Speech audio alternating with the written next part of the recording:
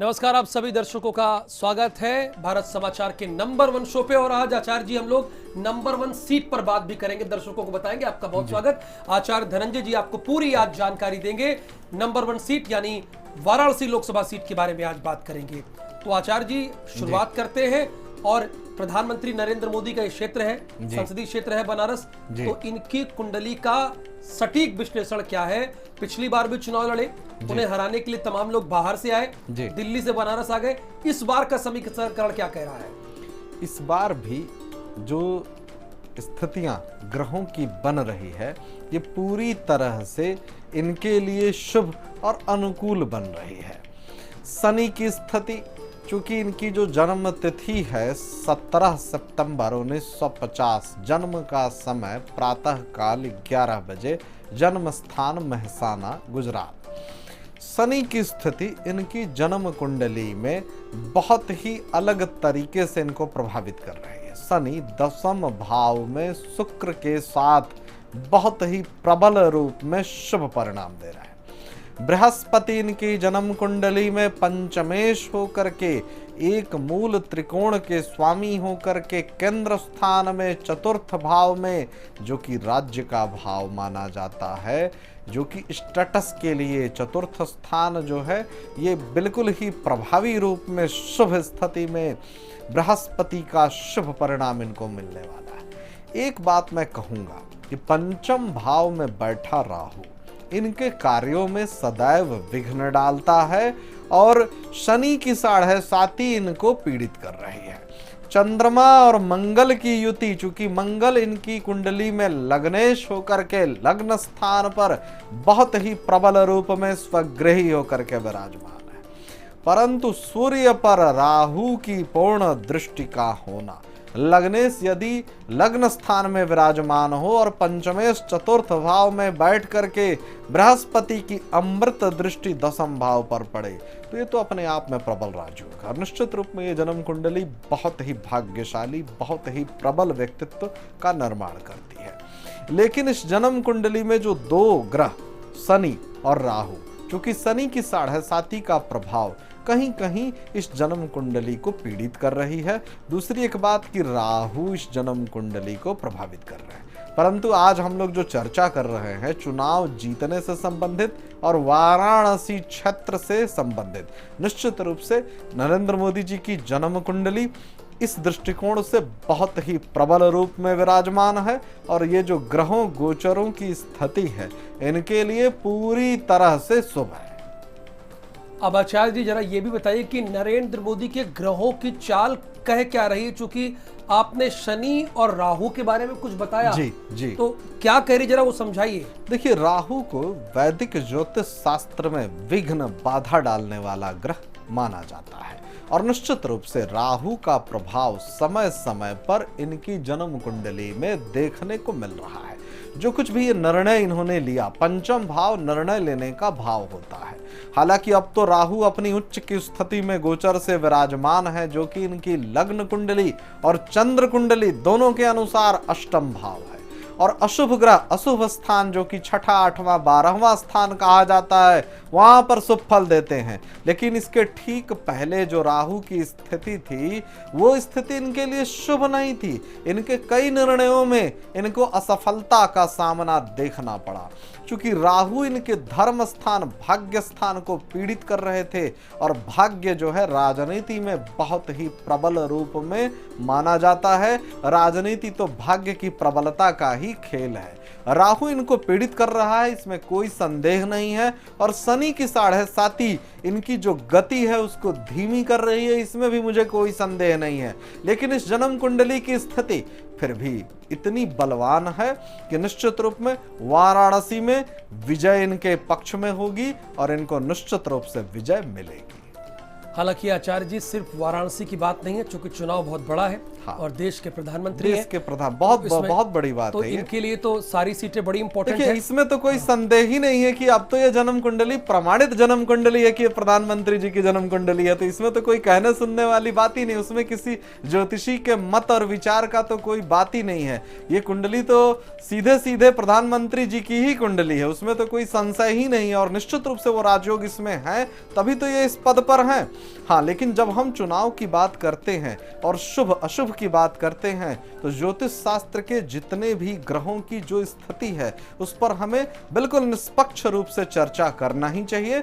और अभी भी मैं ये बारंबार ये बात कहूंगा कि निश्चित रूप से इस जन्म कुंडली में प्रबल राजयोग हैं, उससे कोई भी व्यक्ति इनकार नहीं कर सकता। ठीक है आचार्य जी, बिल्कुल राजयोग है।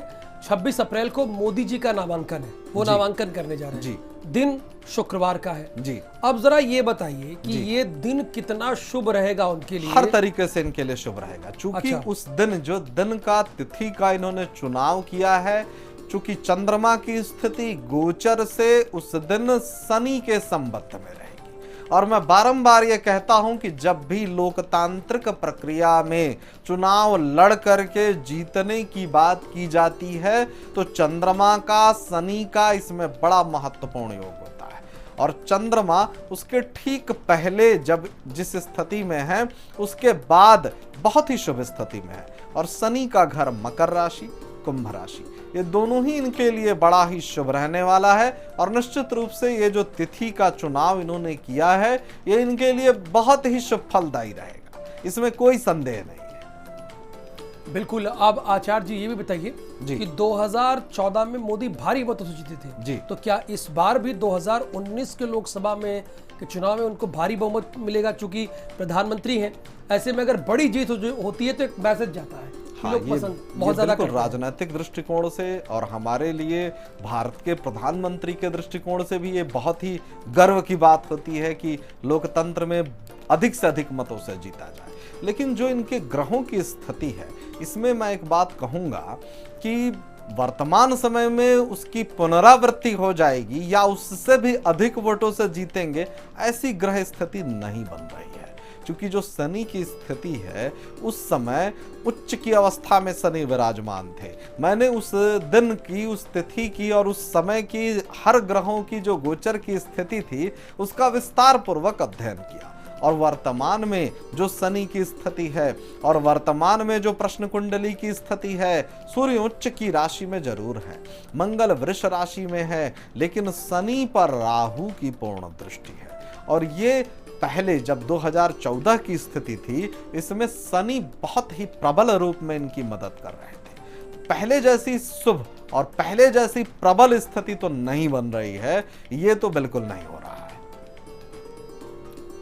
तो आचार्य जी ये भी बता दीजिए आप कि नामांकन से पहले मोदी अपनी जीत के लिए क्या खास उपाय करें? शनि के लिए मैं कहूंगा कि इनको हनुमान जी की आराधना करनी चाहिए, भैरव जी की आराधना करनी चाहिए। और हनुमान जी की आराधना करने से, चूंकि शनि देव ने स्वयं ये वरदान दिया है कि जो भी जातक हनुमान जी की आराधना करेगा उस पर शनि के दुष्प्रभाव नहीं होंगे। और निश्चित रूप से शनि के जितने भी छोटे छोटे उपाय होते हैं वो इनको ज्योतिषीय दृष्टिकोण से निश्चित रूप से करना चाहिए। जैसे कि शमी के पौधे के नीचे सरसों के तेल का दीपक जलाना, शनि देव का सरसों के तेल से अभिषेक करना, प्रत्येक शनिवार की संध्या के समय सरसों के तेल से शनि देव का अभिषेक करना इनके लिए विशेष रूप से लाभकारी सिद्ध होगा।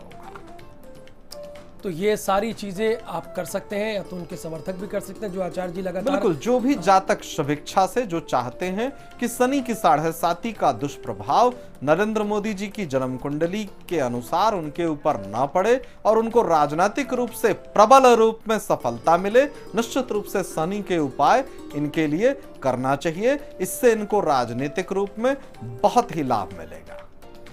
आचार्य जी अब ये बताइए कि बनारस, चूंकि देश के प्रधानमंत्री नरेंद्र मोदी पहली बार भी सांसद बने और दोबारा यहाँ चुनाव लड़ रहे हैं जी, तो बनारस और मोदी जी का कनेक्शन क्या समीकरण बना रहा है? बहुत प्रबल है। देखिए, वाराणसी को मंदिरों का शहर कहते हैं और विश्व का सबसे प्राचीनतम शहर है। काशी को कहते हैं शिव जी की नगरी है। धार्मिक दृष्टिकोण से अपनी अंतरराष्ट्रीय पहचान रखने वाला ये शहर अपने आप में ही ऐतिहासिक शहर है।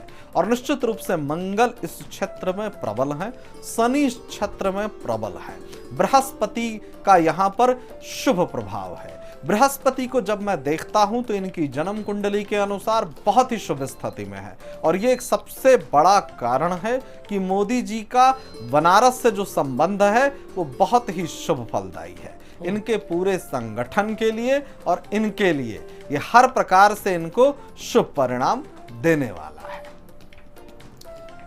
आचार्य जी, सांस्कृतिक लिहाज से भी चूंकि आप बता रहे हैं भगवान शिव की नगरी है जी, अविनाशी नगरी है जी, काशी, जहां भगवान शिव खुद ही मौजूद है जी, और बहुत प्राचीन शहर है जी, ऐसे में दोबारा जी, आप कह रहे हैं कि प्रधानमंत्री तो वही राजयोग रहा होगा, उसमें तो कि कोई कितना संदेह ही नहीं, कितना उसमें तो आगे ले जा रहा है फिर से एक बार। नहीं, ये बहुत प्रबल है और निश्चित रूप से इनके विजयी होने में मुझे कोई संदेह नहीं है किसी भी विजयी तो प्रकार आपने का। बता दिया आचार्य जी पहले।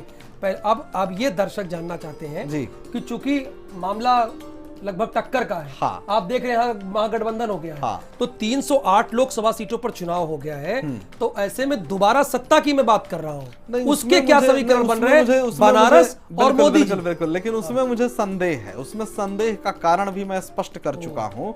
शनि के कारण मुझे संदेह है, शनि की 7.5 के दुष्प्रभाव के कारण मुझे संदेह है और राहु के कारण मुझे संदेह है। ये संदेह इन दोनों ग्रहों के कारण है।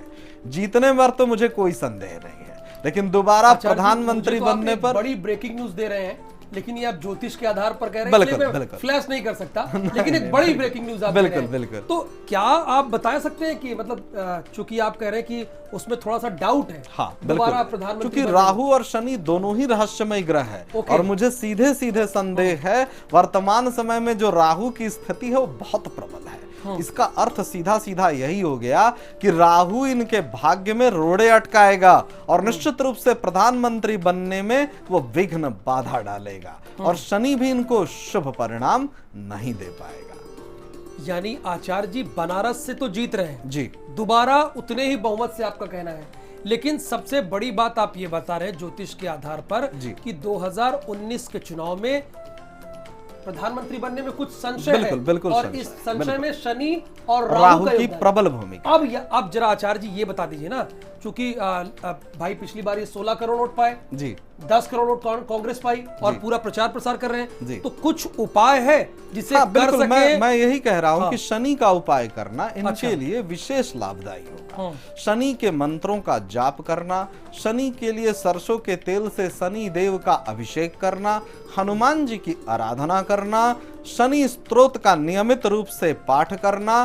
सुंदर कांड का नियमित रूप से। अब यहाँ पे मैं रोक रहा हूँ, क्योंकि देश के प्रधानमंत्री खुद दुर्गा जी के भक्त हैं, ये आप जानते हैं। बिल्कुल बिल्कुल, वो चाहे चैत्र का नवरात्र हो या शारदीय नवरात्र हो, वो खुद व्रत रखते हैं। बिल्कुल बिल्कुल, तो पूजा पाठ तो वो बहुत करते हैं, अगर उनके परिवार वाले उनके भाई कर ले, बिल्कुल बिल्कुल, उनके परिवार का कोई भी सदस्य या उनका कोई समर्थक कर ले, संगठन का कोई भी व्यक्ति कर ले, निश्चित रूप से इनके लिए लाभकारी सिद्ध हो। तो ये जो कुंडली में संशय है, आप उसके बाद वो संशय जो है उसमें बिल्कुल बिल्कुल, ये तो जो उपचार होते हैं, ये जो उपाय होते हैं, इससे विशेष रूप से लाभ मिलता है जी। तो यानी अगर ये सारे काम कर लेते हैं तो उसके बाद स्थिति बदलेगी। एक चीज और आचार्य जी, देखिए प्रधानमंत्री यहीं आए, आप कह रहे हैं राहु है, तो उन्होंने गठबंधन को शराब कह दिया था जी, तो क्या इस तरह की बयानबाजी से बचना चाहिए? बिल्कुल बचना चाहिए। देखिए वाणी जो है वो प्रधानमंत्री जी के लिए तो निजी तौर पे उसमें हम लोगों को कुछ कहने की आवश्यकता ही नहीं हो, तो स्वयं गरिमामयी पद है और वो अब स्वयं नहीं बोल रहे हैं, उनकी वाणी का अर्थ हो गया भारत की वाणी, क्योंकि अब वो इतने गरिमापूर्ण पद पर बैठे हैं। ज्योतिष शास्त्र के अनुसार द्वितीय स्थान वाणी का स्थान होता है और जब जब राहु का अष्टम भाव से संबंध होगा तो द्वितीय स्थान को वो पीड़ित करता है। मतलब मैं समझू क्या, देखिए अब मुझे वाइंड अप करना है आचार्य जी, अब मुझे जरा ये बताइए जी, यानी काम किस ग्रह पर करना है ये जरा? शनि और राहु, और ये दोनों ही प्रबल रूप में इनको कष्ट दे रहे हैं। ठीक है, तो ये आचार्य जी ने बताया। हमारे चुनावी पंडित हैं धनंजय जी, आपका बहुत धन्यवाद, आपने इस पूरे बारे में विश्लेषण किया बनारस और प्रधानमंत्री नरेंद्र मोदी की जन्म कुंडली के बारे में। कुछ आचार्य जी ने उपाय भी बताया है, अगर उस उपाय को देश के प्रधानमंत्री के घर वाले या उनके समर्थक करते हैं तो राहें आसान हो जाएंगी। ऐसा आचार्य जी? बिल्कुल बिल्कुल, ये बहुत ही लाभकारी होता है और बहुत धन्यवाद से इससे लाभ। बहुत धन्यवाद आचार्य जी। जी।